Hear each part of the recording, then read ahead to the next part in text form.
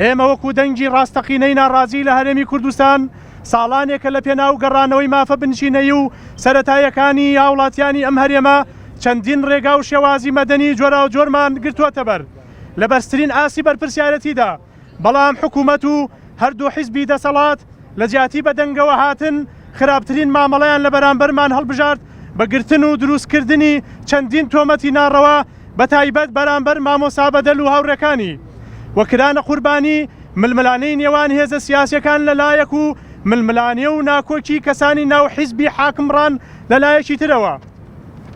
بۆیە داوا دەکەین لەسەر جەم ئەو لایەنە حکومی و حیزبی و ڕێکخراوە پیشەیانەی کە ناویان هاتووە هەڵوێستی فەرمی خۆیان لە ئاستێکی باڵادا لەسەر دۆسیەی گیراوان ڕابگەێنن بە پێچەوانەوە بێ هەڵوێستی و بێدەنگبوونیان لە چوارشەممەی داهاتوودا بۆ ڕایگشتی ئاشکرا دەکەین و بە نیگەرانیەکی قوڵەوە لە بێدەنگی وەزیری پەروەردە و یەکێتی مامۆستایانی کوردستان دەڕوانین کە دەبوایە بە فەرمی نوێنەرایەتیان لە دادگا و دادگاییکردنەکان بۆ داکۆکیکردن لە مامۆستا بەدەل بەرواری و مامۆستایانی هاوڕێی ئامادەبوونایە.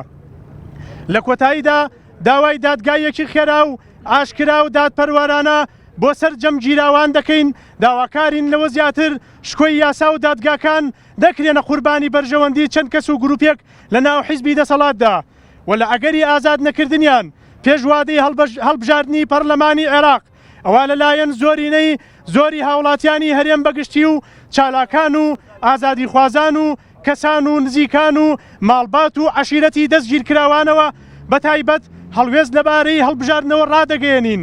نوێنەرایەتی مامۆستایان و ناڕەزایەتیەکانی هەرێمی کوردستان سلێمانی 15 نوێی 2021. وەلێرەوەش دەماوەیە ئەوە بڵێم لە کوردستان 120,000 مامۆستا هەیە، لە هەرێمی کوردستان 120,000 مامۆستا هەیە. بەداخەوە ئەمڕۆ دە مامۆستا لێرە ئامادە نییە.